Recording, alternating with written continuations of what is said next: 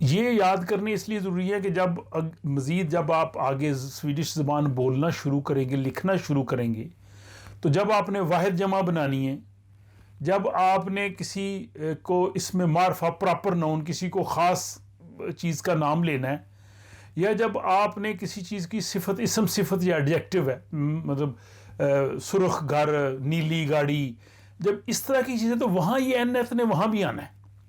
تو سویڈش زبان میں یہ این ایت ہمیشہ رہے گا، یہ اسم معرفہ، اسم نکرہ کے ساتھ بھی، واحد جمع کے ساتھ بھی، اور صفت کے ساتھ بھی.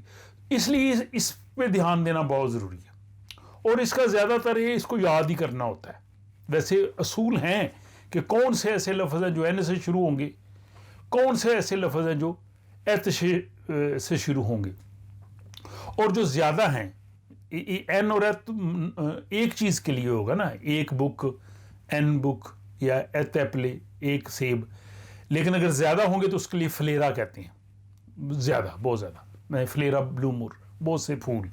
تو جیسا کہ میں یہ کہہ رہا تھا کہ این والا گروپ جو ہے وہ سب سے بڑا ہوتا ہے، اور اس میں عمومی طور پہ یہ جو چیزوں کے نام ہیں، لوگوں کے یا جانوروں کے جو نام ہیں، وہ این میں آتے ہیں. مثلا این مان، ایک آدمی، این کھوینا، ایک عورت، این پولیس، ایک پولیس والا بندہ، این لیررے، ایک استاد، این لیکرے، ایک ڈاکٹر، اور اسی طرح این ہیست، ایک گھوڑا، این کھو، ایک گائے، این فوگل، ایک پرندہ.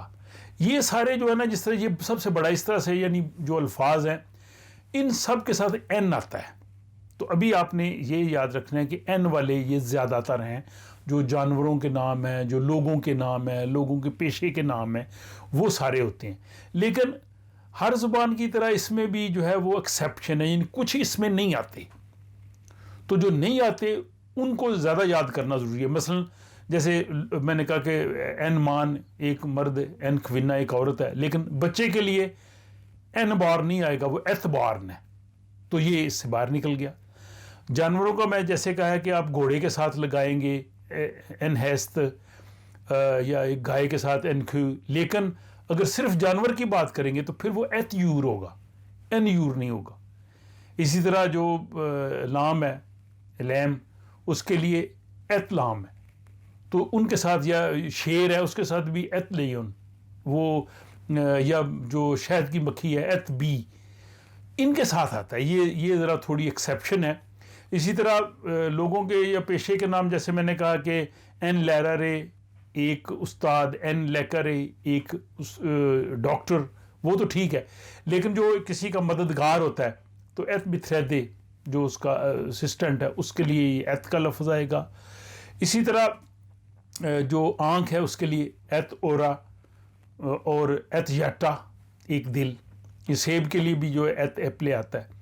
تو یہ جو ہے نا، یہ ایکسیپشن ہے این گروپ میں سے، یعنی ان کو یاد الگ سے کرنا ہے. اور یہ بہت سی چیزیں وہی ہیں جن کو اصول تو ہیں ساتھ، لیکن جب ایکسیپشن آتی ہے تو پھر وہ کیا کہتے ہیں کہ ان کو رٹنا پڑتا ہے. بار بار پڑھیں گے تو خود ہی پتہ چل جاتا ہے. جب آپ پڑھتے جائیں گے، دیکھتے جائیں گے، تو پھر خود بخود آپ کے جو دماغ ہے نا وہ اس کو یاد کر لے گا.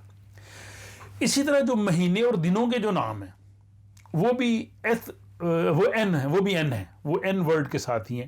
جیسے این مونت، ٹھیک ہے، این جول، ہوست، مہینے کا نام جیسے مارچ ہے یا اپریل ہے، تو یہ سارے این کے ساتھ ہی ہے جو وہ آئیں گے. اور این کے ساتھ جو اس کے علاوہ ایک اور اس میں اصول ہے، یاد کرنا تھوڑا مشکل ہے، لیکن اس کو اگر آپ بار بار لفظ پڑھیں گے تو آپ کو یاد آتا جائے گا. این والے لفظ جو ہے نا، وہ ان کی جو فہرست یہ ہے کہ جن کے آخر میں، اینڈ پہ جب ڈبل ڈی آئے، جس کے آخر میں ڈبل ڈی آئے. یہ میں انگلش پروناؤنس ہی کر رہا ہوں کیونکہ جو ظاہر لوگ ابھی نہیں سیکھنا چاہ رہے ہیں ان کے لیے سویڈش پروننسیشن تھوڑی مشکل ہوتا ہے، تو ان کے لیے انگریزی والا تلفظ نسبتاً آسان رہتا ہے، کیونکہ انگریزی ہمارے پاکستان سے بھی ہم پڑھ کے آتے ہیں تو آسان رہتا ہے. اسی طرح اگر کسی کے آخر میں ARE آئے، یا آپ سلائڈ پہ بھی دیکھ رہے ہیں، یا کسی کے آخر میں DOM وہ آئے، یا ALSC آئے، یا HET آئے، یا ING آئے، انگلش میں تو کہتے ہیں اور اپنا سویڈش میں کہتے ہیں، اور ہم انگریزی میں اس کو کہتے ہیں۔ یہ اور کا تلفظ کافی مشکل ہوتا ہے جو ہم لوگ وہاں سے پاکستان سے یا ان ملکوں سے آتے ہیں جو انگلش اسپیکنگ کنٹریز ہیں، تو میں ایکچولی اردو اور انگریزی سے ہی یہ سویڈش کے الفاظ آپ کو بتا رہا ہوں۔ اسی طرح اگر آخر میں ION آئے، یا آخر میں ISM آئے، یا آخر میں LEK آئے، تو جن کے آخر میں یہ چیزیں آئیں وہ سارے N والے الفاظ ہیں، وہ سارے N والے الفاظ ہیں۔ مثلا N لہرارے، N خکدم، N رورل سے، N سواگہت، N ستاخون، اسٹیشن کو اس کا تلفظ سویڈش میں ستاخون آتا ہے۔ تو یہ سارے جو ہے نا وہ N والے ہیں۔ تو یہ N والا گروپ بڑا ہے۔ اگر آپ ان الفاظ کو دیکھیں گے جو میں نے ابھی بتایا کہ جن کے آخر میں یہ آتے ہیں حروف، تو وہ N والے ہیں، تو وہ آپ کو آسانی سے اس پہچان ہو جائے گی۔ اب دوسرا جو گروہ ہے سویڈش ناؤن کا، سبستانتیو کا یا اسم کا، وہ ہے وہ الفاظ جو ایت والے ہیں، ٹی والے۔ ایت والے جو الفاظ ہیں وہ ایسے ہیں کہ جو نیوٹرل ہوتے ہیں، جن کا وہ میں نے بتایا کہ وہ مونس مذکر نہیں ہوتا، وہ کامن جینڈر جن کا ہوتا ہے۔ اب اس میں زیادہ تر وہ الفاظ ہیں جن کے آخر میں EK آئے، یا جن کے آخر میں EM ہو، یا جن کے آخر میں IV ہو، یا جن کے آخر میں UM ہو۔ سوینسکا میں تو UM کہیں گے، لیکن میں چونکہ کہا کہ میں انگلش پروناؤنس اس لیے کر رہا ہوں کہ جو لوگ ابھی نئے آئے ہیں یا جن کی انگلش ظاہر پاکستان میں بھی ہم پڑھتے ہیں تو آسانی رہتی ہے ان کو سننے میں۔ اب یہ جو ایت والے لفظ میں نے بتایا کہ جن کے اینڈ میں آخر میں یہ حروف ہوں وہ ایت والے ہوں گے۔ اب یہ دیکھتے ہیں آپ، جیسے ایت اپوتیک ایک فارمیسی میڈیکل سٹور جہاں سے دوائیاں ملتی ہیں، ایت سسٹم ایک نظام، اور ایت موتیو اور ایت میوزیم جو ایک میوزیم ہے، تو اس کے لیے بھی ایت کا الفاظ ہے۔ اسی طرح جو شہروں کے نام ہیں یا صوبوں کے نام ہیں، علاقوں کے، ریجنز کے، یا ملکوں کے نام ہیں، یا بر اعظم کا نام ہے، وہ بھی ایت کے ساتھ ہی آتا ہے۔ جیسے اسٹاک ہوم ہے، سمولاند ہے، سویریے ہے، ایروپا ہے، یہ سارے ایت والے ہیں۔ تو اس میں یہ ان کو یاد کرنا تھوڑا آسان ہے، لیکن اس میں دوبارہ ایت والے الفاظ جو پہلے ہو چکے ہیں وہ ہے ایت بارن ہے، ایت یور ہے، ایت لام ہے، ایت لیون ہے، ایت بی ہے، ایت بتھیدے ہے، ایت اورا ہے، اور ایت ایٹا۔ تو یہ سارے الفاظ ہیں۔ ایت بارن ایک بچہ، یور جانور کو کہتے ہیں، ایت یور، ایت لام ایک بھیڑ، ایت لیون ایک شیر، ایت بی جو شہد کی مکھی ہوتی ہے ایک، اور یہ اسی طرح ایت اورا ایک کان، اور ایت ایٹا ایک دل۔ تو ابھی آج کا جو لیکچر ہے اس میں یہ ہے کہ آپ کو سویڈش میں جو چیزوں کے، جگہ کے نام ہیں، جس کو اسم کہتے ہیں اردو میں، انگریزی میں ناؤن کہتے ہیں، سویڈش میں سبستانتیو کہتے ہیں، ان سے آپ کو آگاہی ہوگی۔ یہ بالکل بنیاد اور بیسک ہے۔ جیسے کسی عمارت کی نیچے وہ کہتے ہیں نا، وہ جو اس کی فاؤنڈیشن ہوتی ہے، بنیاد، یہ بنیاد ہے، اسی پہ ساری عمارت آئے گی، اسی پہ آگے اس کے انشاءاللہ آگے میں آپ کو بتاؤں گا واحد جمع کیسے بنیں گے، اس میں اسم صفت جب آئے گی ایڈجیکٹو، اس میں آپ اس کو کیسے استعمال کریں گے، پھر جب آپ اس کی اس میں معرفہ پراپر ناؤن جب اسٹیمد فارم بننی ہے وہ آپ کس طرح سے بنائیں گے۔ تو یہ سارا سلسلہ اس میں چلتا رہے گا۔ بہرحال اس بارے میں آپ مجھے اپنی رائے سے آگاہ کیجئے، اور انہیں اگر آپ نے یاد کرنا ہے تو اس کو آپ 2-3 دفعہ اگر آپ سنیں گے تو زیادہ بہتر ہے، تاکہ بار بار وہ الفاظ آپ کو یاد ہوتے جائیں۔ اور اگر آپ اتنے لفظ بھی یاد کر لیں گے تو آپ کی ویکیبلری بڑھے گی۔ بلکہ اس کے لیے میں آپ کو ایک اور ٹپ دیتا ہوں کہ آپ باہر ادھر ادھر کہیں بھی جاتے ہیں نا، تو جو سائن بورڈ ہوتے ہیں یا کسی عمارت کے باہر یا کسی دفتر میں کسی جگہ میں جو لکھا ہوتا ہے ان کو آپ لکھتے جائیں، جو نئے لوگ آئے اپنی مطلب فار ایگزامپل آج کل بہت آسان ہے، آپ اپنا اسمارٹ فون نکالیں نوٹس والا، اس میں آپ لکھ لیں. فار ایگزامپل اگر آپ نے کسی جگہ پہ فونستر لکھا ہوا دیکھا ہے، فونستر لکھ لیں.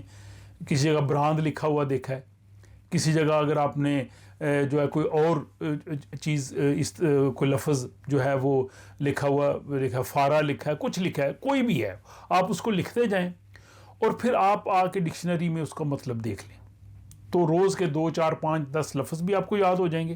دوسرا آپ جہاں آ جائیں گے آپ کو پتہ چلے گا کہ اس کا مطلب کیا ہے، کہ یہ جو بورڈ پہ لکھا ہے، سائن پہ لکھا ہے. تو اس طرح سے ویکیبلری امپروو ہوگی، اور دوسرا وہ لفظ بار بار جب آپ کو باہر نظر آئیں گے تو آپ کی جو ہے وہ پریکٹس ہوتی جائے گی.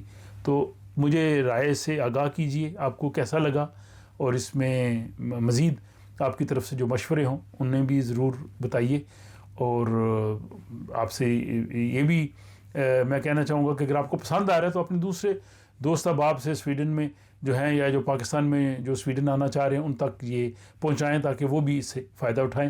مجھے اجازت دیجیے اگلی قسط تک کے لیے، اور اپنا خیال رکھیے گا. خدا حافظ.